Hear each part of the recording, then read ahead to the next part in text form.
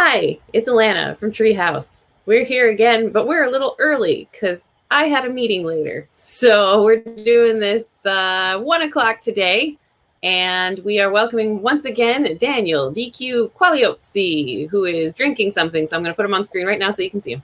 Hi, Daniel. Oh, hi. Welcome back to Treehouse, but really you're in your own room. Yep. It's our weekly gig. It's our Friday gig.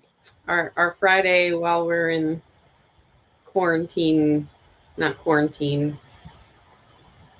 No, that's not a good word. Am I word. the only one who's in his happy place? Self at home. No. Yeah, no, I'm good. I don't mind being at home. We're just not at Treehouse, that's all. Yeah, that's true. Yeah, I do miss working in the shelter, and it has forced me to be a little bit more strategic about how I educate volunteers in my house now. So I'm like sitting with like 10 to 20 volunteers doing Zooms, and it's almost like a cat happy hour for volunteers now. So it's different, but it's still, it's still contributing. I don't know, like before all this went down, I had big plans. We all had big plans, and I had big shelter plans to revamp our local county shelters volunteer program, and then we lost all our steam. So I'm just trying to keep them invigorated and thirsty for cat knowledge. He says as he picks up his iced tea. Coffee. Iced coffee this time. Maybe it's always iced coffee. Yeah, it's causing more people to be creative though, which is kind of nice to, find new ways to do things, which is the aspect of it I appreciate. Yeah, now we're doing like virtual cat adoptions, and people are fostering before cats are adopted, which honestly, like when I was working in the animal shelters 10 years ago, we didn't have the luxury of off-siting a cat to get a better grasp on their behavior and how they would be in a home. And now, especially cats that come into our county shelter, sometimes they present differently in the shelter, and then they go to a foster home, and you have a foster parent who's like, holy crap, like this was not what I signed up for. I didn't sign up for a cat who doesn't stop meowing all night long or is biting and attacking me, So that's a little different, but like my function here in San Francisco now with the shelter system is to kind of work as an arm of the foster program to make sure that the foster parents are understanding the behavior that they're dealing with, but also collecting the right information, because foster is like, you couldn't have better data on a cat than someone who's living with a cat. And then you do find the perfect home, or then your foster parent fails and adopts a cat, which isn't the worst thing in the world, but then we lose foster parents, right? So yeah, it's different. We got to be a little more inventive about how we find homes for cats now, but the upside is that like you get better, more accurate data about how they're going to be when they live in their forever home. Yeah, agree. Then it's easier for the counselors to make matches, which is good, because then they get the more forever homes, so it's a good match. And we decided we don't want to call them foster fails anymore. They're foster championships. That's right. That's good. That's a good way. Foster champions. What were you gonna say? I'm sorry, I didn't mean. Does this look like there's a cockroach on my wall or something? A mask, maybe? Mask. Yeah, it's an old mask. Okay. Yeah. I think it's Japanese, but it looks a little weird. I'm trying to block things with my head so it doesn't look strange. I can put a cat on your shoulder again with my green screen later. There you go. I'll just. There you go. Good. Well, I'm inviting people to ask us some questions, and we are getting some in, which is great. So we can move on to some questions if you want to get started. What do you think? I'm ready when you're ready. Let's do it. Cubby St. Cubbins is right here next to me. You can't see him, but this is our secret trick. We'll have him out in just a second, but okay. Bring on the questions. Look forward to seeing him. And I've got Pinkle down on the floor doing something down there, so she'll probably appear at some point. I do not have any yogurt. She just comes for the love. All right, what do we have? Lauren, my cat hates getting her nails trimmed. Even when I wrap her burrito style in a towel, she tries to whack me and run away. Yeah, I bet. Hey, anybody ever wrap you in a towel so you couldn't move and then try to like perform some sort of operation on you? I mean, like, hey, clean my ears and then wrap you. Oh, like that's how would that feel, right? Um, Cat trimming or claw trimming is invasive, and it's something that it doesn't feel so great. I'm sure cats. It's like we can equate how it feels to a nail trim. I'm sure it doesn't feel the same. They have a different structure of nail, and because their nails don't always come right out, you have to push and push them out. So there's a lot of sensitive handling that most cats after a while are like, hell no, like you do this badly and I don't want any part of it, right? So what does it take to make that a better experience? It takes a slower approach, a less intentional approach. And I've talked in the past here, and I talk about this everywhere, really, about how cats are like meters, right? They are intention reading meters. So we are pretty obvious about our intentions when we're impatient and when we have a job to do. And that job being like, I'm going to trim your nails, or I'm going to get you in a cat carrier, or I'm going to give you your pill today. Like, there's a certain energy we bring to the plate. And then the cats are like, okay, something's about to happen that is completely against my will. And of course, there's going to be an uptick in their anxiety and their apprehension. And then on top of that, now they're restrained, right? So, burritoing cats, I think, you know, there are different schools of thought on this. And I know that in the past, even when I worked in the shelter here in San Francisco SPCA and ACC, burritoing kittens, especially under socialized kittens, was something we did. But there are folks that practice force-free handling that feel that might be a way of flooding a cat into just sort of tolerating something against their best interest, and it's not always the best way. So my feeling is, if you have an adult cat and now you've had the experience of being swatted and running away, then you know right away that this is something that it's going to be a longer, harder negotiation. It's going to be something that you have to almost not fool your cat into, but ease your cat into it through the guise of positive reinforcement. So, Cubby, who's sitting right here, my cat has very short legs. He's a munchkin cat. So he doesn't actually want you to handle his feet at all. And that may precede me. Before I adopted him, somebody might have been like, oh, how cute, he has tiny feet, and touched them too much. So now he's like, nope, nope, nope, nope. Every time you go to grab it, pull the foot out, right? So if I'm gonna go do that with a purpose, he's gonna be like, hell no, and he's gonna flip over, and now he has all his weapons exposed, and he's gonna fight, and he's gonna resist that. So what I try to do is I wait for times when we're already in the midst of something positive happening. Maybe I'm giving him treats, play, affection, whatever it is. Maybe I'm gonna wait till the time of the night that I know happens every single night. There's a time when he comes and he sits on my lap, and we have a moment. So why not have that clipper nearby waiting for that moment, or in your pocket all day if you have to, and wait to get that moment where the guard is down and the intentions can't be read. And yeah, it's not gonna you're not gonna get like 10 claws done. You may get 2. But go back tomorrow and try again. So it's a slower roll, and it's really about creating a situation that is not so intensely compromising your cat's free will. Yeah, I've had to do some of my clipping in shifts. I have 4 cats. 3 don't care. I just lift them on my lap, and they're like, "What are you doing?" Clip, clip, clip, clip. And the last one, Pinkle, is a shoulder rider, so I have to keep them trimmed. And I've told you about this. I stopped doing the burrito because it made things easier. Like the burrito just freaked her out, and we just don't do that anymore. So we do like treats. Like you have your yogurt, I use like pill paste, and then she's so busy like num num num num num. So have you? I'm not being paid by these people at all, but like I love the Zen clipper. Have you tried that thing? Is that like what is that?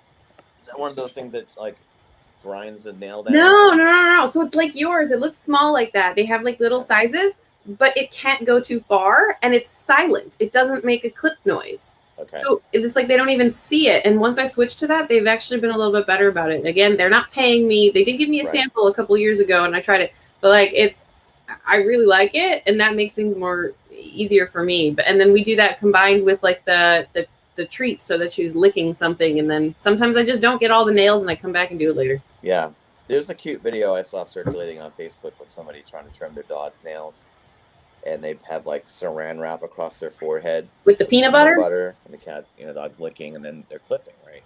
So like what I'm proposing is something similar to that, in that it's there's something in it for the cat. It's not this thing that happens and then it's over, and then they're like, what the heck, just So the type of clipper I have here is the conventional type. It's like a cigar cutting, rounded.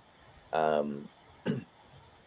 see a lot of people breaking out human nail cutters, the flat ones, and so that's not always going to work out.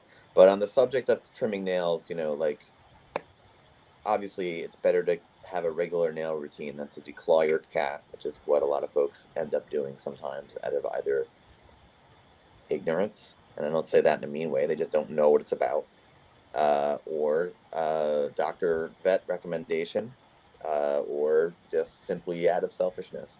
So declawing cats is extremely painful, and can, even though some cats recover and seemingly don't seem to have any issue with it,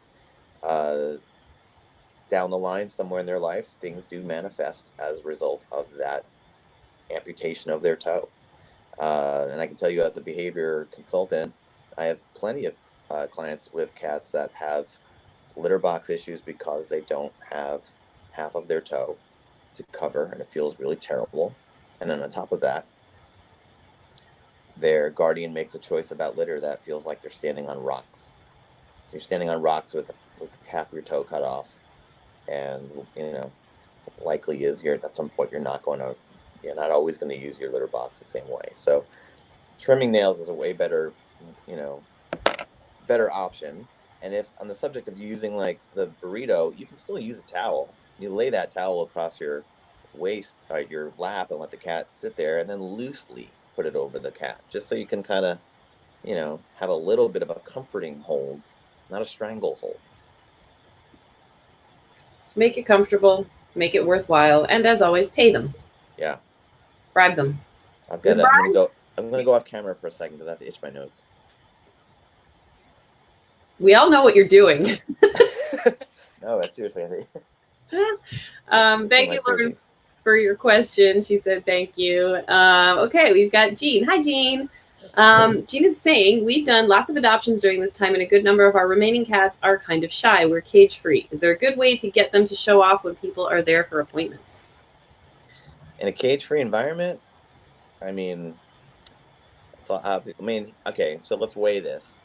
In a shelter where you have cats in cages and they're shy, you're limiting their choices, right? So they may hide, but then there's still indicators that there's a cat in there, right? So you go in and you spend time, and they come out gingerly at their own pace, or they don't come out at all because they're just that shy. Now, because things are a little bit different in the way that we house our cats, and if you're using cage-free environments, the upside is you're allowing them to make their own choice.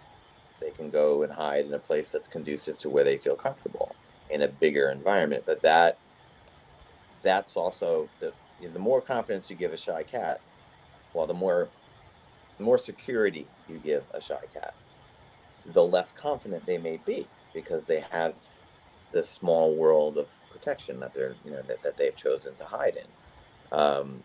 So really, I think the onus is on how you introduce an adopter to a cat like that, with the preface of, it's going to take some time. If you don't mind just sitting here in the perimeter of this cat and being present and allowing this cat to say, okay, there's a human nearby, what's in it for me?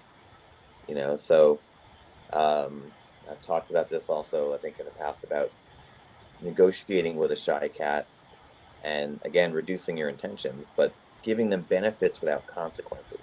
So that your cat is hiding, this fearful cat is hiding in a place because they need the security of that hiding, but then there's the consequence of the human getting too close and making them feel insecure. So, can you get them to show off? No, but you can get the human to lower their expectations and increase their patience and do a little bit of uh, very, very well test driving in the slow lane, and then that's how you get there. Yeah. All right, Jean. I hope that answered your question. Very good. But playing with the kid, that. Well, I guess the other side of that is like if you can play with the cat, at least use a toy that's not super intimidating. Don't go to the fearful cat with the bird toy that flies around and makes flapping noises. Go with that tiny little bug toy, the little caterpillar toy, or whatever it is that just sort of goes into crosses their field of vision enough for them to say, oh, well, that's kind of worth me peeking my head out a little bit. Oh, and it's attached to this human being. How interesting. And the human being doesn't want anything from me. And then you work from there. Next question. What? Oh, now go ahead. No, I was gonna say, well, we have a cage-free shelter, obviously, as well at Treehouse, and so we do tend to get shy cats in. And I think part of it too is just, like you said, setting the expectations, counseling the people who are coming in, and like saying, "Do you mind a shy cat? Are you willing to work with this cat?" Because then we get people who come in and are willing to sit in the room, spend time with the cat, and like allow the cat to come in. And yeah, I mean, we've had adopters adopt very shy cats, and one of my friends recently came to Treehouse and adopted a shy cat. And he has just had the most wonderful time watching him come out of his shell. But he had the patience to do it, and it was a good match for him. There's also the circumstance that cat may not actually be a shy cat. That may just be a cat who acts that way in a shelter environment. And I mean, you're not going to be the same Alana that you are if you were in jail, right? You'd have different defense mechanisms. So, not to say that shelters are jail, but they are places that deprive cats of the predictable routines that they need, right? And I've talked about this before. Like shelters are obviously, we all do the best we can to make these environments very home-like, but shelters are shelters, and because shelters often have staff members, volunteers, and members of the public rotating through these rooms on the constant, cleaning rooms, feeding cats, visiting cats. They don't the fearful ones don't have they don't have the ability to get a hold on predictability, so they pull back. But I too have had experiences with cats in shelters where we were just like, oh God, this cat is just not moving forward. You go in and you spend time, they don't come out. You go to try to pet them, they recoil, they tighten up, they freeze, they stay wide-eyed, they just don't change their behavior. But then lo and behold, some human being comes along who has the patience, maybe has experience with a cat like that before, and they bring this cat to a home environment that feels so different. Even the air pressure is different, the temperature is different. The sterility is gone. We work so hard to prevent diseases in shelters by wearing gloves and, washing our hands constantly. I mean, shelter volunteers have been Purelling their hands constantly for decades. So, but a cat then has that human come in and they're like, I can't gauge who you are. There's no scent to lock onto, over and over and over again. So, so they don't have the luxury of claiming space. And if they do, it's for a very short amount of time. And then poof, they're off to another experience. So, these shy cats are what I think burdens a lot of shelters because we want to save as many as we can, but there's a flow of animals, of cats. Some will move out fast, some acclimate quickly. Kittens bounce in, bounce out. They don't actually impact your population or your length of stay, but then you have these others that slow the highway down, and um,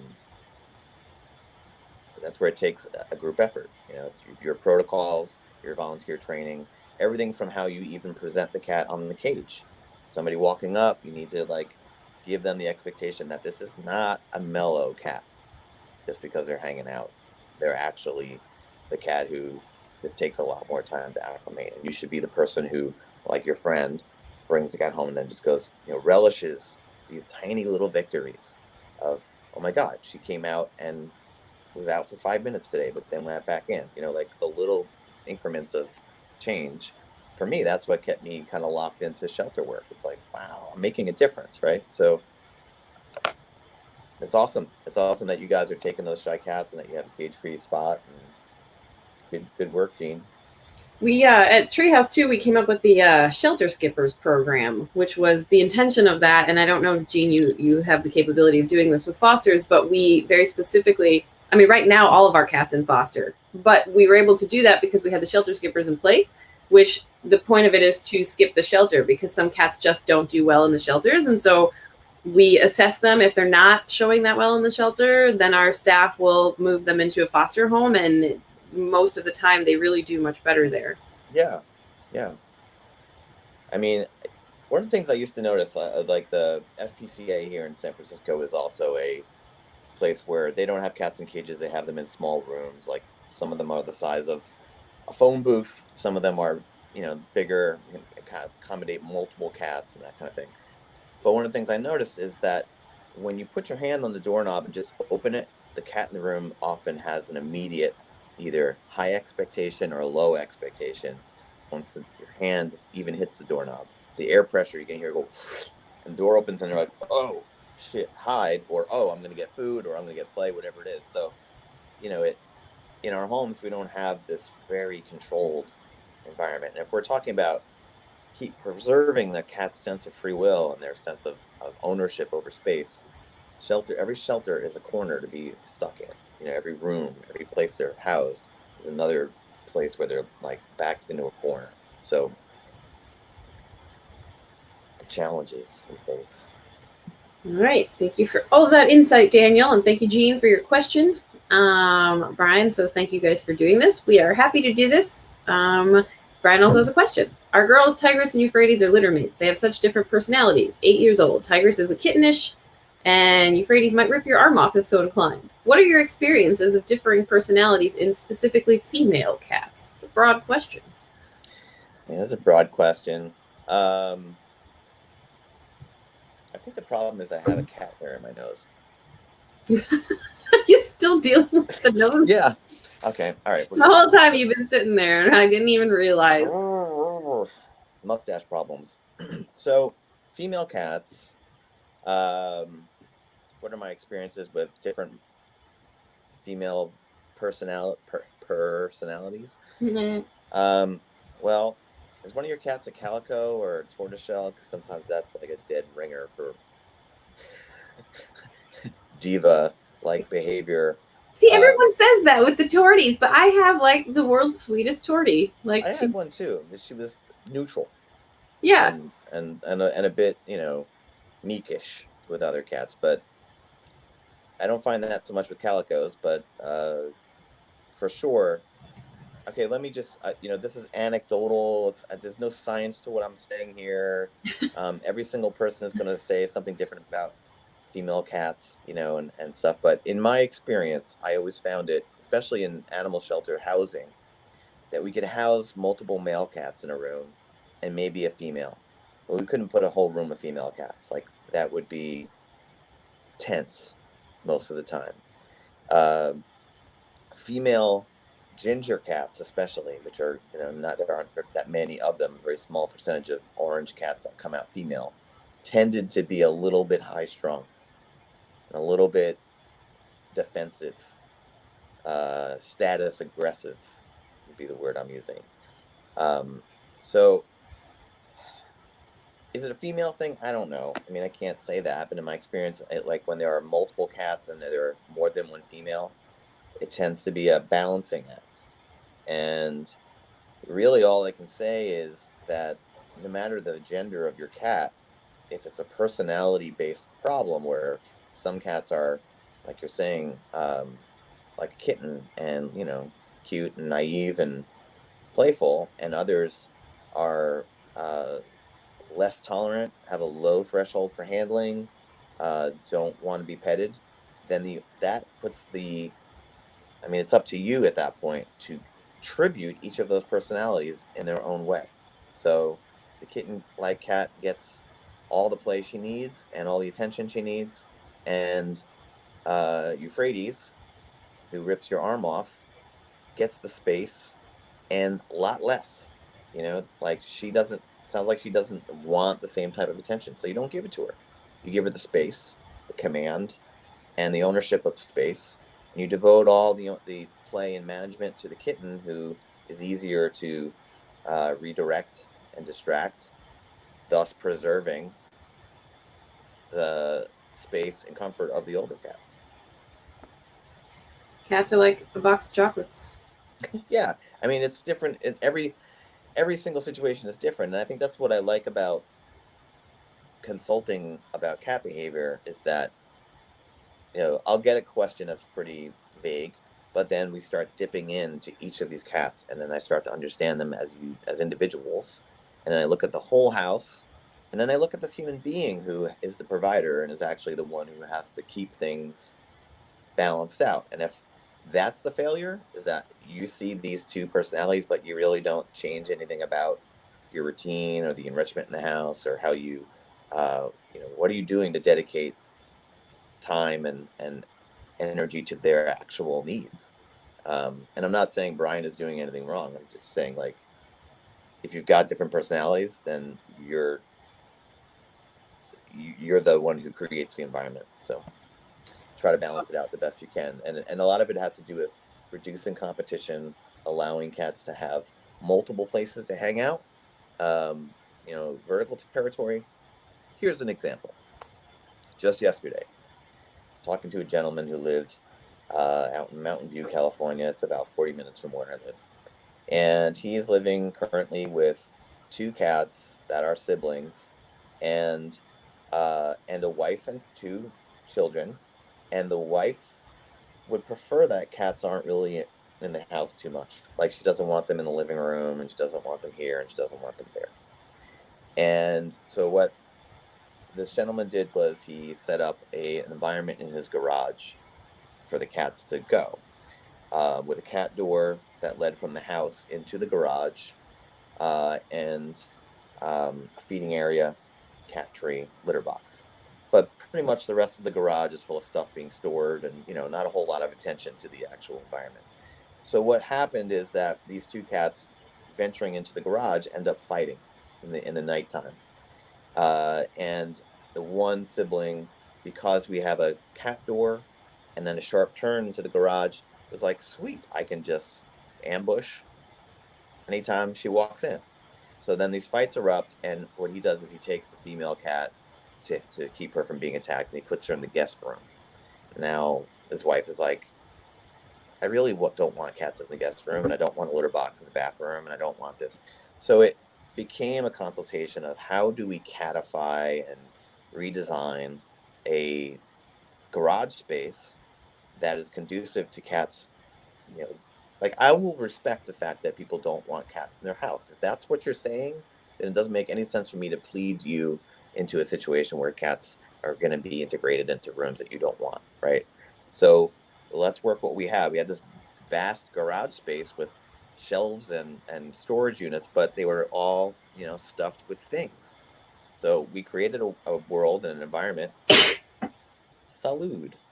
We created an environment where cats can then go up to those spaces that already exist. You didn't have to buy cat trees and stuff. And then open that door up so it's not a bottleneck and a tight squeeze for a cat to go through a cat door. And then on the other side is huzzah! You know, so that's what we did for those two. So Brian has added some more information. Okay, littermate cats, different personalities. That's the same, that's the same thing. Same one. I just put it back. I put up the MultiCat Households while you were talking about multiple cats, and then I put it back. So it's a big spectrum of. It's a big picture problem. Yeah, I mean, your cats are living in a box with you, and what's within that box that allows them to fan out and not be affected by each other's age, temperament, energy level, all that stuff. So maybe that is a good time to talk about, because we had mentioned we might discuss multi-cat households today, which is like the real world, but with cat pee. Yeah.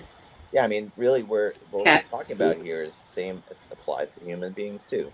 How do we get along with each other? Right? We have to. Sometimes you got to eat crow. I don't know. I'm just, like roasted crow, or just. I know it's a saying.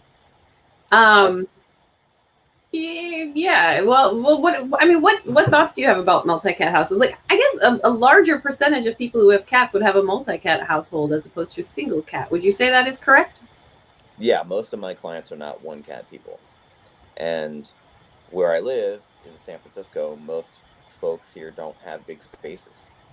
They have very big hearts, but very small homes. And they invite these animals in, and then they're like, holy shit, I have done too much. I thought it was a good idea to adopt 3 Bengals. Okay, here's another story. Anecdotes often become advice, and here's what happened. So, yesterday I was talking to another client who lived here in San Francisco, now lives in Las Vegas. When she lived in San Francisco, she adopted 2 very fearful cats, 2 practically very undersocialized kittens. And she introduced them to her space, which was huge, huge open space loft with maybe a closet and a bedroom. And the cats hid all the time. You know, she didn't really have the time to kind of hone in and socialize them one on one. So her big heart that she had told her to save a mom and her 4 kittens when the wildfires were going on in 2018. So next thing, she has 7 cats at her house now. And then another cat she saw online, and and this cat needed an expensive surgery. Had some rectal surgery. This cat needed, and they were going to put the cat down. So this woman dropped $15,000 to pay for that surgery, and she adopted that cat, making it 8 cats in her home. And then she moved. Right, she moved to Vegas because she couldn't afford to live in San Francisco. I think this is before COVID. So now she's trying to move those cats, to Vegas, and she successfully moved all but 2 of them, who are pretty much the original 2. Very undersocialized, can't be handled, can't be examined. And so, there's your dilemma of someone who is like, their heart's in the right place, but they themselves weren't really able to manage the situation. Now they find themselves boarding cats for expensive prices because they're in this in-between place of San Francisco and Las Vegas, right? So what do you do, right? Like, if you've got 8 cats, it means you got to have like 8 to 10 litter boxes in your house. It means you got to have climbing structures and hiding places and eating areas that are fanned out and spaced out and don't all come together. Because for her, she had these 2 really shy cats and the mom, and then all the kittens sort of kind of grew up and got socialized and started picking on those cats, including their own mom, right? So, outside, these cats go their own way. They don't all stay together. They all live solitary lives, and it's not really always a good thing to keep a mom and her children together with their cats, because it's not the family unit we think it's going to be. So the moral of the story is, if you're going to add cats, you got to look at your space, and you got to think about what's conducive to them having a good quality of life and not being thrown into a situation, because like, you've got a 20-year investment on every one of those animals. You know what the next 20 years of your life is going to be? Are you even going to live in the same place? These are things to consider. Susan is asking, do you think that most cats would like to live in a colony or would prefer to be solo? I think that they're still solo living in a colony. There may be a group of cats that have all come from the same place and are all using the same resources and live in the same area, but they're not working together. they're not packing together like dogs in collaboration, hunting together. You know, and that's what makes things so difficult in balancing out the dynamic of cats, because sometimes you have cats that are kind of friends and bonded, but most of the time you have these cats are like in it for themselves. And the ones that have a greater, a higher status or a better skill set at you know, or more like bullies, tend to push those other cats out so they get more things. So that's why cats are out there fighting, why they're not peeing in the same place, they're hiding it. I was never here. You know, it's not about community with cats. They come from the same place, but they tend to preserve their own self-interest, even though they do live in colonies together. Do you feel that there are some cats though that would definitely thrive more so with a friend in the house, or friend like another colony member? Because I mean, I have one cat, and I don't think he would be happy if it was just him, because he'd be home alone when I'm not here, and he spends most of his time seeking out the other animals in the house to try and snuggle with them or play with them. Yeah, Just I to mean, hear from them. I can't paint every cat the same way, but I know that, and I'm not always the first one to recommend add more cats. That's actually going to fix your problem. Like, and I see that on TV a lot, but Get another cat. I don't always think it's the right move, because you know, I look at, like, you have a litter box problem. Why would you add another cat right now? Like, that's not going to make him happy and then stop the litter box problem. Like, I think that's so. What's important for me to know is that the choice that someone's making in adding cats isn't a personal emptiness that they're trying to fill, and or a spot that your present cat can't fill. Oh, I really wanted a cat that was a little more cuddly, so I adopted this one. But most people want to adopt cats as companions for their cat, and I can't say that every cat wants it necessarily, but there are some that are seeking out the attention of other animals, regardless of even species, dogs, cats, whatever. Any port in a storm, right? You're bored. So right now I can hear Jasper, my neighbor's cat, is out there like howling. Existential crisis happening right as we speak. So I think what's important to recognize is what stage of life is your cat in if you decide to pair them off.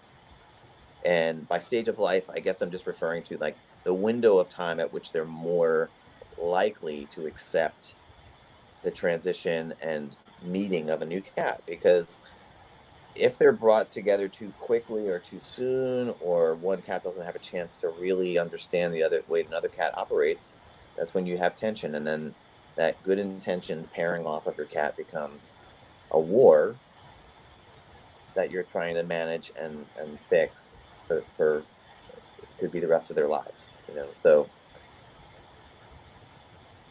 it's definitely situational. Box of chocolates. Yeah, again. But don't give your cats chocolates. It's not a No. good gift for a cat. All right. Thanks, Susan. We have another one. I'm gonna have you read this one, Daniel. Oh God, I just saw the word fart. Why does my cat fart? I'm gonna read it in like Elizabeth says it. Why does my cat fart? Seriously, had cats my whole life. Never had a cat with obvious flatulence. No health, medical issues. Fed, excellent diet. Is that how she would have said it to you, you think? Maybe. Okay. Elizabeth, I don't think that's a behavior problem.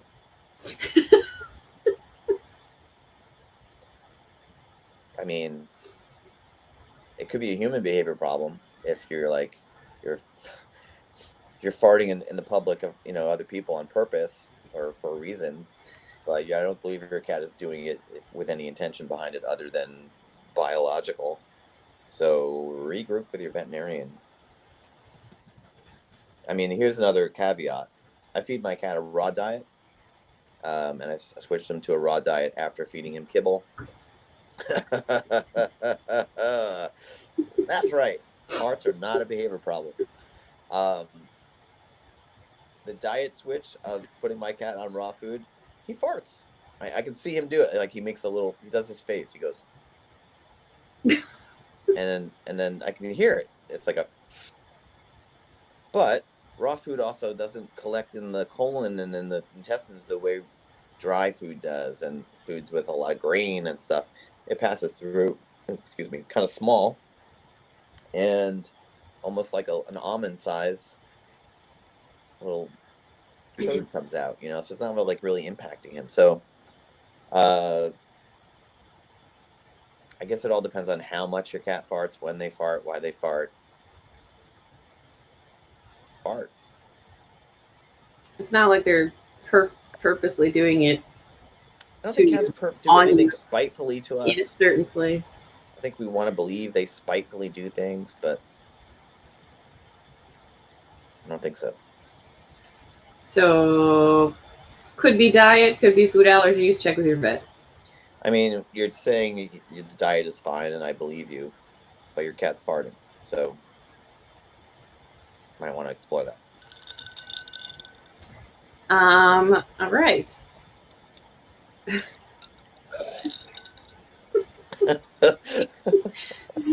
So, thanks to one of the cat engineers for stopping by. Well, these are, like I say, so these are in jest, these questions. I think he knows that they are not a form of renewable energy. I mean, maybe he thinks they are. Maybe we just have not discovered it yet. Maybe we're wasting our time on solar power, and we just can harness the energy of cat fart, and that may be what gets us out of global warming. Who knows? I told this cat engineer that if he did this, I would tell everyone he was one of the cat engineers, which he is. So if you don't know about the cat engineers, you should look them up, because now's your chance to ask him a question. And he just took part in our Poems for Purrs fundraiser, and we will be releasing that video on Monday to all the people who sent in a poem.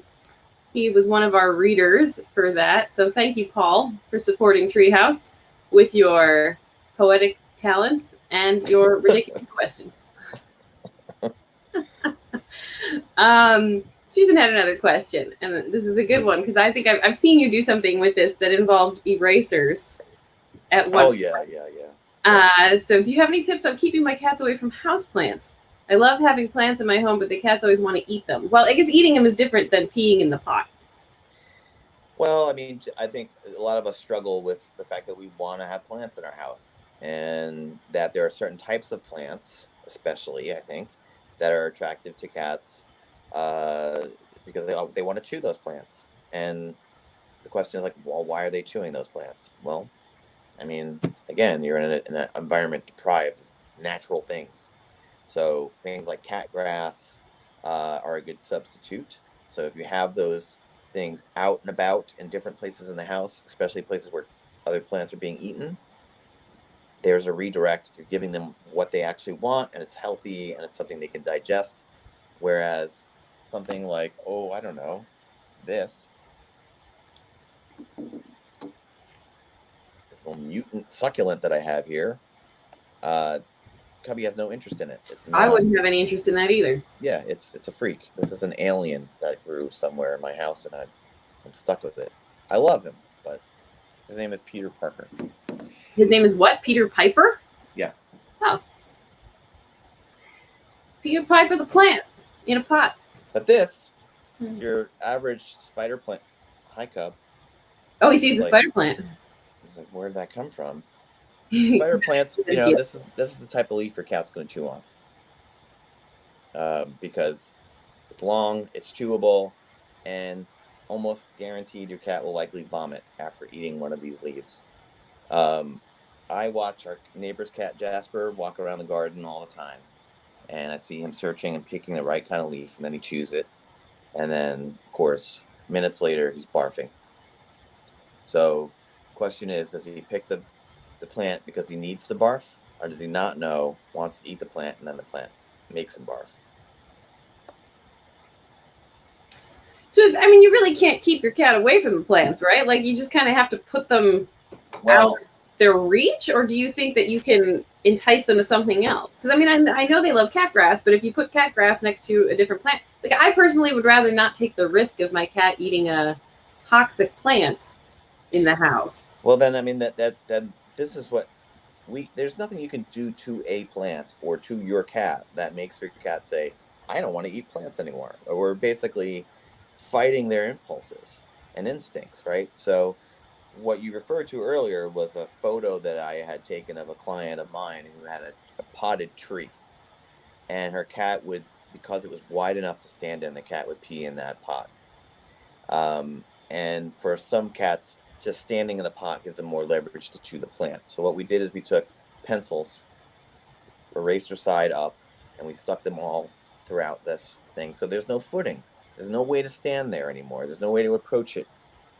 Another thing that they sell for cats, that people who have potted plants that are being peed in, is that sort of flat cover that wraps around the tree itself. It's like plastic, but it's still breathable and you can still water it. That doesn't allow a cat to stand in the dirt. But yeah, you have to hide your plants. You have to put them up higher. Maybe you have to put something around it. I'm allowed one plant in the house and it's up there. Yeah, that's it. Or you buy succulents. Succulents are plants that they're not really chewable. They're not attractive to eat.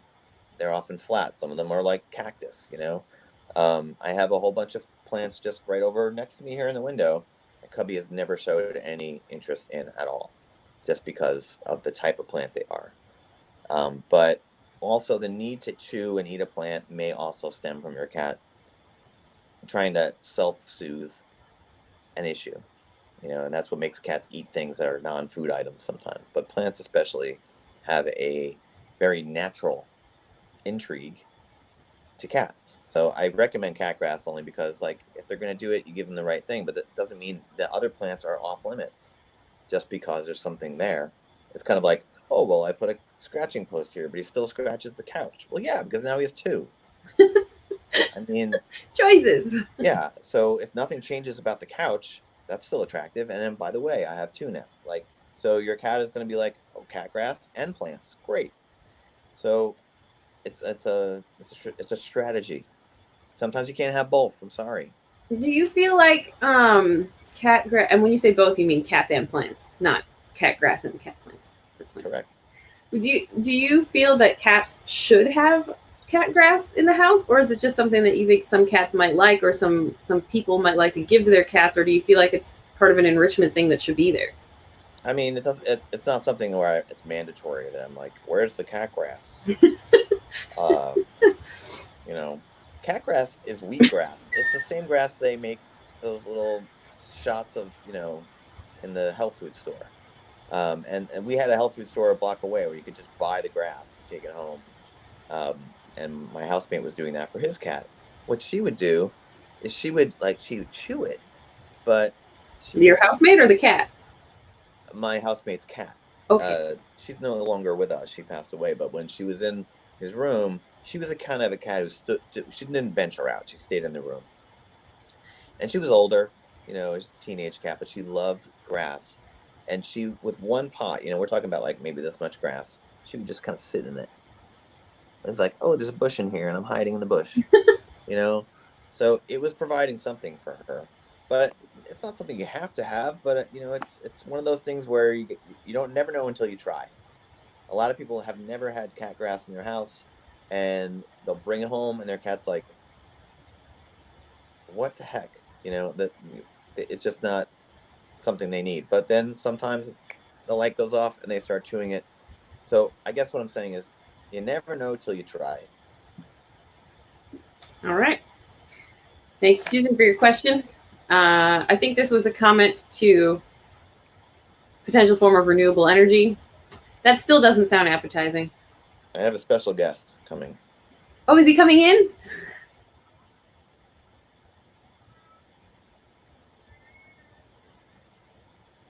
Any second now. He's doing the olfactory math.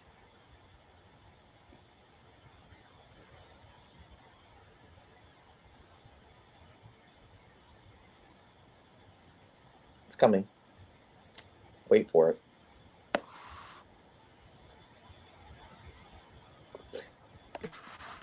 Oh, yeah, you cheated. That was a cheat, Daniel. There you go. There he is. He will now enjoy his cat yogurt stuff package. Goody, yum yum.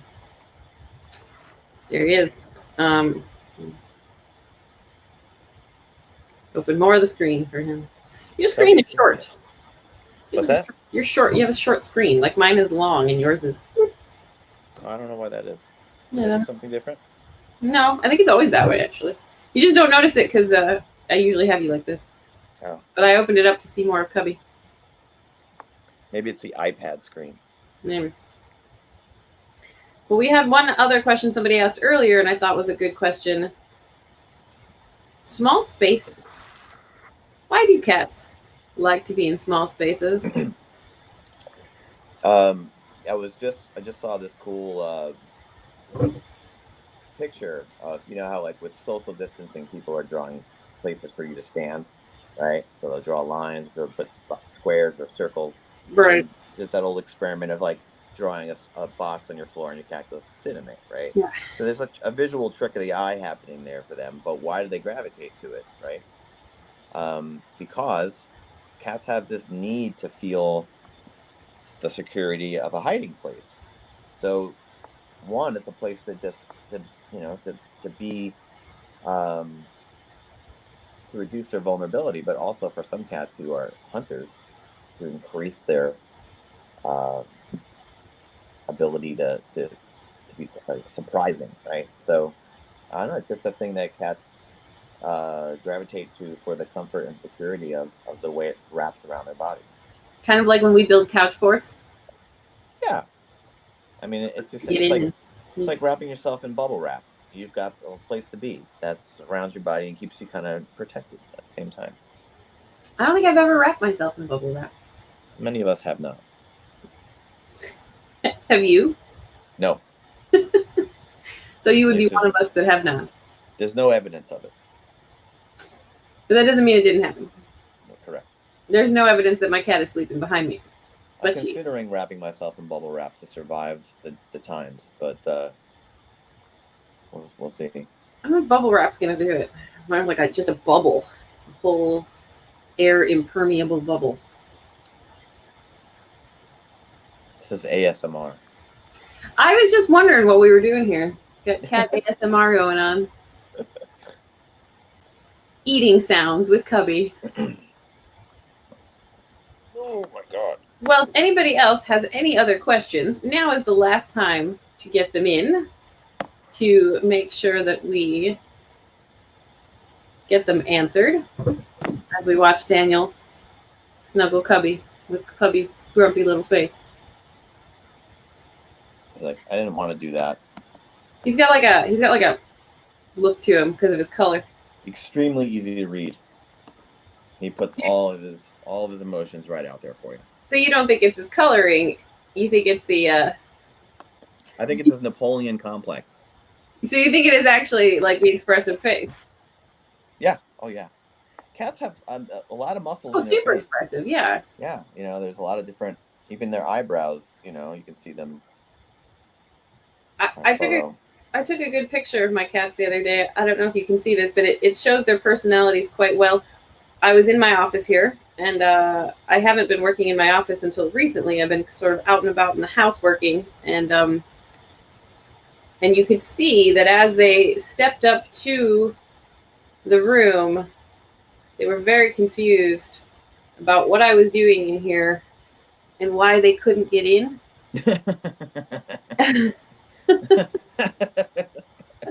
I would say those are good expressive faces. Yeah. No, I always say Cubby, I mean he's Siamese, so he's very talkative. But everything he says means the same thing. Which would be what? I want.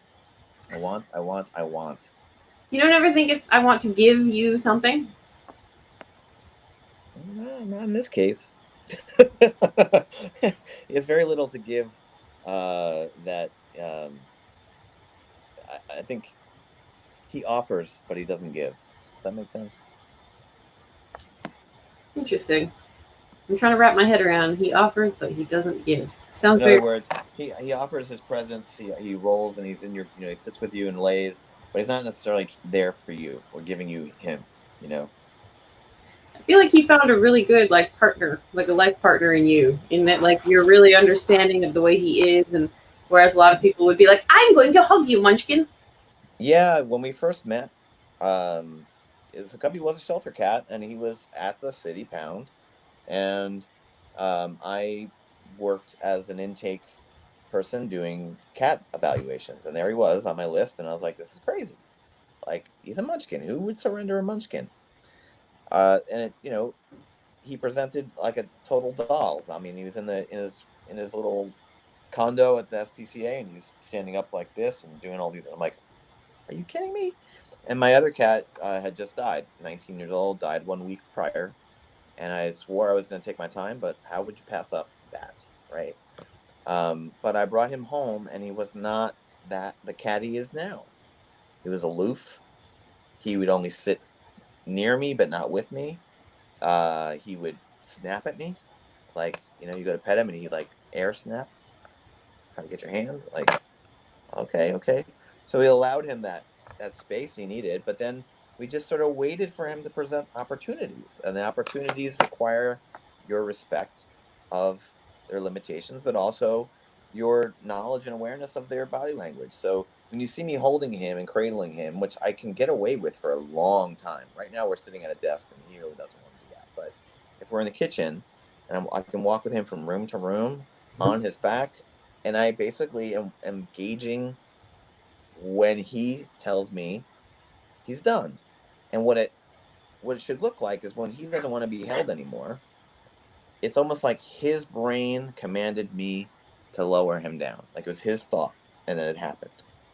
Rather than me holding him against his will, and then there's a struggle, and there's the trajectory math of how do I get out of the arms, and they're looking around. Once you see a cat in your embrace go like this,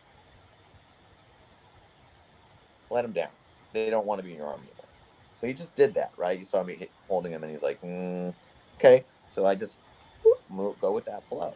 So 10 years of solid UN negotiations between me and him have got us to this place of understanding with each other. That's cat relationships. That's patience on both your parts, really. Well, I want the rewards, right? One of my colleagues at Treehouse was watching this, and I would like to share this with you now from earlier when I said, do you go into people's houses and look specifically for the cat grass? Where's the cat grass? When I'm not in your house, I'm like, where's the grass?